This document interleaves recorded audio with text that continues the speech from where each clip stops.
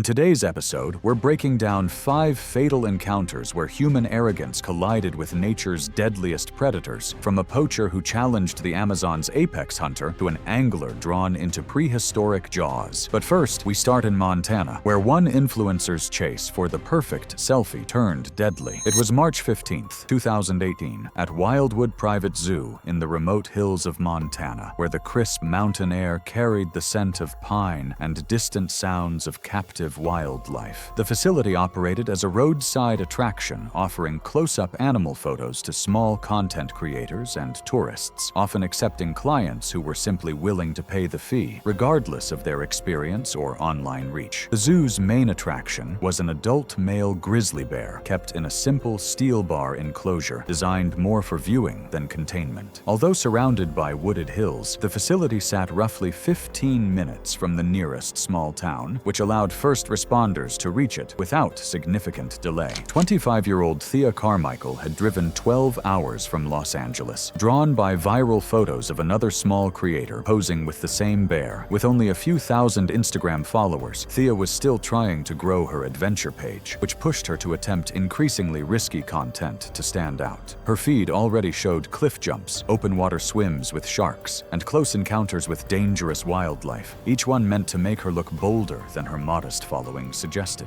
Marcus Webb, 52-year-old zoo owner and former circus trainer, had agreed to Thea's request for an exclusive photo shoot despite staff concerns. Webb prioritized profit over safety protocols, often bending rules for high-paying clients. Jake Morrison, a 28-year-old freelance photographer desperate for work, had been hired despite his limited wildlife photography experience. Kodiak, the zoo's 600-pound adult male grizzly, had already been showing signs of agitation that morning. He paced the length of his enclosure in slow, deliberate passes, huffing and lifting his head toward the scent of fresh meat being prepared in the adjacent feed room. The facility had no formal accreditation and was known locally for offering close-up encounters that larger institutions refused to allow, a reputation that often led staff to operate without the safeguards used in regulated parks. Staff recognized Kodiak's behavior as typical pre-feeding restlessness, and the facility's handler insisted on keeping the protective barrier in place. Webb dismissed the warning, arguing that the bear was accustomed to people and that the photo shoot needed an unobstructed view. Grizzly bears are among North America's most formidable predators, capable of running 35 miles per hour and possessing bite forces exceeding 1,200 pounds per square inch. Adult males can weigh up to 800 pounds, with massive claws measuring up to 4 inches long. Despite Kodiak's captive upbringing, his wild instincts remained intact, particularly when territorial boundaries were challenged. The fatal sequence began when Thea entered the enclosure through an open gate, positioning herself just 8 feet from the massive predator. Webb stood nearby with a tranquilizer gun, believing he could intervene if necessary. Thea raised her arm for a selfie pose, inadvertently triggering Kodiak's predatory response through her sudden movement and direct eye contact. According to witness statements, Kodiak moved toward Thea rapidly. Staff reported seeing the bear make contact with her, knocking her to the ground. Morrison later told investigators he heard Thea scream briefly before the sound stopped. Webb fired a tranquilizer dart, but it had no immediate effect. The bear continued the attack, unaffected by the sedative. Witnesses later told investigators they saw Kodiak pin her with his forelimbs and deliver multiple paw strikes to her head and upper body. Staff reported hearing the bear clamp onto her shoulder and upper torso, several short, forceful bites, a behavior consistent with territorial mauling rather than predation. In the final moments of the struggle, bear dragged her a short distance before settling over her, shielding the view of what happened next. Staff members shouted and banged on the enclosure barriers in an attempt to distract Kodiak. The bear remained focused on Thea for what witnesses estimated as several minutes. Webb considered entering the enclosure, but was restrained by other staff members who feared for his safety. Staff noise eventually caused Kodiak to disengage and move to the far corner of the enclosure. Only several minutes later did the tranquilizer begin to slow him. When staff could safely approach, they found Thea unresponsive with severe injuries. No vital signs were detected. Emergency responders arrived within 20 minutes, but could only pronounce Thea dead at the scene. The subsequent autopsy revealed the full extent of her injuries: multiple skull fractures, cervical spine damage, and extensive trauma to her head and torso. The medical examiner determined that death resulted from mass massive head trauma and associated complications. Authorities opened an investigation into the zoo's safety practices, noting that the photo shoot had been arranged without adequate barriers or emergency planning. The facility was shut down while legal proceedings moved forward, and the bear was transferred to a secure wildlife center. Webb later faced multiple negligence-related charges tied to the unsafe setup he approved. Morrison, who had been positioned just outside the enclosure and had witnessed the attack at close range, struggled to return to work afterward. For Thea's family, the incident became a stark reminder of how dangerous staged wildlife encounters can be. Her earlier posts about the planned photo shoot were later used by investigators to verify when she arrived and how the session had been arranged. The case concluded with a finding that the decision to place her inside the enclosure without safeguards directly led to the fatal outcome. While Thea's story ended in a controlled environment, other thrill-seekers continue pushing boundaries in remote locations. Deep in the Amazon rainforest, where ancient predators rule their territories, another individual would soon discover that some boundaries should never be crossed, especially when facing a creature whose amber eyes had been watching from the shadows. It was August 7th, 2017, deep within a remote section of the Brazilian Amazon rainforest, where dense canopy blocked sunlight from reaching the forest floor. The protected territory harbored countless species of wildlife, including some of South America's most dangerous predators. Narrow game trails wound through thick vegetation, connecting water sources that attracted both prey animals and apex predators. 38-year-old Graham Kincaid had illegally entered this protected territory to capture exotic animals for the black market. A professional poacher from Texas, Graham possessed years of experience trapping dangerous wildlife. His clientele included wealthy collectors willing to pay enormous sums for rare specimens. Carlos Mendez, a 45-year-old local guide, had reluctantly agreed to lead Graham deeper into the reserve, despite knowing the dangers. Carlos desperately needed money for his daughter's medical treatment, forcing him to accept this illegal job. The experienced guide recognized fresh signs of jaguar activity, but found his warnings consistently dismissed by Graham. Their destination was a remote area where wildlife researchers had recently documented an unusually large male jaguar. Graham had obtained this information through illegal channels, specifically targeting this location because of reports describing the massive cat. Graham established his base camp directly on a narrow game trail beside a tributary river, ignoring Carlos's urgent warnings about numerous jaguar signs surrounding the area. Fresh paw prints pressed into muddy earth, deep claw marks scored into tree bark, and the unmistakable musky scent of territorial markings filled the immediate vicinity. Carlos departed that evening, planning to return the following day to guide Graham back to civilization. Jaguars are the America's largest cats, with adult males weighing up to 250 pounds. These apex predators possess the strongest bite force of any big cat, capable of crushing turtle shells and caiman skulls. Unlike other large cats that suffocate their prey, jaguars kill by delivering devastating bites directly to the skull or neck, their powerful jaws designed to penetrate bone. When Carlos returned to the campsite the next morning as planned, he discovered a blood-soaked scene. Graham's equipment lay scattered across the area, with clear signs of a violent struggle. A distinct blood trail and disturbed vegetation led from the campsite deeper into the forest. Carlos immediately contacted Brazilian environmental authorities using his satellite phone. Investigators reconstructed the attack based on physical evidence at the scene. Multiple sets of large cat tracks indicated a jaguar estimated at 200 to 230 pounds had moved around the perimeter of the camp. Scratch marks on trees and disturbed undergrowth suggested the animal had approached from several directions before the encounter. The pattern of blood spatter, overturned equipment, and Graham's final position indicated he had been facing away from his attacker when struck. Investigators concluded the initial contact occurred near the center of the camp based on the concentration of blood evidence in scattered gear. Graham's crossbow was found approximately 10 feet from the main blood pool, with a bolt still loaded. Investigators determined he had chosen this weapon for its silence when avoiding park patrols, a common practice among poachers operating in protected areas. The weapon's position suggested Graham had detected a threat, but was unable to respond effectively. Forensic examination of the continuous blood trail, broken vegetation, and matching paw prints led authorities approximately 160 feet into the forest, where they recovered Graham's remains. The body showed evidence of predation consistent with jaguar attack patterns, including severe trauma to the neck and head region. Deep puncture wounds indicated the jaguar's powerful canine teeth had penetrated the skull, while claw marks across the torso revealed the animal's overwhelming physical dominance during the fatal encounter. The jaguar responsible was later identified through camera trap footage as a male estimated at 200 to 230 pounds on the large side for the region. Tracking data and photographic evidence documented the animal's continued presence in its territory following the incident. Wildlife biologists studying the footage noted the jaguar's distinctive rosette patterns and scarred left ear, likely from territorial disputes with other males competing for prime hunting grounds in the increasingly fragmented habitat. Brazilian environmental police used the case to highlight ongoing challenges with illegal wildlife trafficking in the Amazon region. Graham's family in Texas received notification of his death, though authorities provided limited details about the circumstances due to the ongoing investigation into his illegal activities. The incident served as a stark reminder of nature's unforgiving response to those who violate its protected sanctuaries. But danger doesn't always hide in thick forests or remote borders. Sometimes it surfaces in places people visit every day, especially when the wrong decisions collide with the wrong conditions. It was June 22nd, 2016, along an unpatrolled stretch of northeastern Brazil's coastline, where the Atlantic Ocean met a less regulated section of beach several miles north of Recife. The area stretched for miles along the Brazilian coast, bordered by palm trees and small beachside establishments that attracted backpackers and budget travelers. Few warning signs marked this remote shoreline, despite the known dangers of swimming after dark when predators moved closer to shore. 31-year-old Ronan Mercer had arrived in the region 3 days earlier as part of his South American backpacking adventure. A British traveler from Manchester, Ronan documented extreme activities across multiple continents on his travel blog. Witnesses later reported he had ignored multiple safety warnings from locals. Miguel Santos, the 29-year-old bartender at a small beachside bar, had served Ronan 8 caipirinhas throughout the evening. The establishment operated with minimal oversight, typical of remote coastal areas where alcohol service regulations were rarely enforced. Earlier that day, Isabella Costa, a local who worked part-time as a beach guide, had warned Ronan about the dangers of night swimming after observing his behavior around the water. The area was particularly dangerous due to its proximity to a river mouth, where fresh water mixed with salt water, creating murky conditions that attracted both fish and predators. Recent heavy rainfall had further reduced underwater visibility while concentrating marine life in shallow coastal areas. Local fishermen had reported several aggressive shark encounters in recent weeks. Bull sharks are among the ocean's most dangerous predators, responsible for more attacks on humans than any other shark species except great whites. These powerful hunters can grow up to 11 feet long and weigh over 500 pounds, with muscular bodies designed for explosive bursts of speed. Unlike most sharks that prefer deeper waters, bull sharks frequently hunt in shallow coastal areas and river mouths where prey congregates. Around midnight, witnesses observed Ronan leaving the bar and entering the ocean despite his intoxicated state. Security footage from a nearby establishment showed him wading into the water during high tide. Recent rainfall had reduced underwater visibility to less than 3 feet. Investigators later reviewed the footage frame by frame and noted that Ronan moved steadily into deeper water until the camera lost visibility in the darkness. A pair of backpackers walking along the shoreline around the same time reported hearing a sudden splash followed by silence, though heavy surf made it impossible to determine the source. Tidal analysis showed that currents in the area were strong enough to pull an impaired swimmer slightly north along the shoreline within minutes. These combined observations suggested Ronan remained in the water for only a short period before the attack occurred. At dawn, a local fisherman discovered remains washed ashore and immediately contacted authorities. The condition and location of the remains indicated the victim had been attacked approximately 50 yards from shore based on tidal drift patterns. Investigators reconstructed the attack based on physical evidence and expert analysis. Marine biologists examining the bite patterns determined they were consistent with a large bull shark, estimated at 8 to 10 feet in length, based on jaw spacing measurements. The distribution of injuries suggested an ambush-style attack from below, typical of bull shark hunting behavior in murky water conditions. Forensic analysis indicated the attack occurred in shallow water during peak hunting hours for the species. The victim's blood alcohol alcohol content, measured at 0.18%, would have significantly impaired swimming ability and situational awareness. Marine experts noted that erratic movements by intoxicated swimmers often trigger predatory responses in sharks. Local police opened a small-scale investigation due to limited resources in the remote area. Marine biologists reviewed recent shark activity, while British consular services notified Ronan's family. Authorities added warning signs along the coastline. Isabella Costa confirmed she had warned Ronan, and Miguel Santos was questioned about alcohol service before his work was temporarily restricted. The beachside establishment implemented new policies requiring staff to refuse service to heavily intoxicated customers planning water activities. Marine researchers used the incident data to advocate for increased shark monitoring programs along Brazil's northeastern coast. The tragedy highlighted the dangerous combination of alcohol consumption and unregulated coastal tourism in remote areas where emergency response capabilities remained severely limited. The bull shark responsible for the attack was never located. Marine biologists concluded the animal likely moved to other hunting grounds along the coast, following normal territorial patterns for the species. Environmental factors, including water temperature and prey availability, suggested the shark would continue hunting in similar coastal environments throughout the region. The case remains a sobering reminder of oceanic predators' unpredictable nature. And while the ocean can turn deadly in seconds, even trained researchers face life-threatening risks when they move into the territory of powerful animals that don't tolerate mistakes. It was October 14,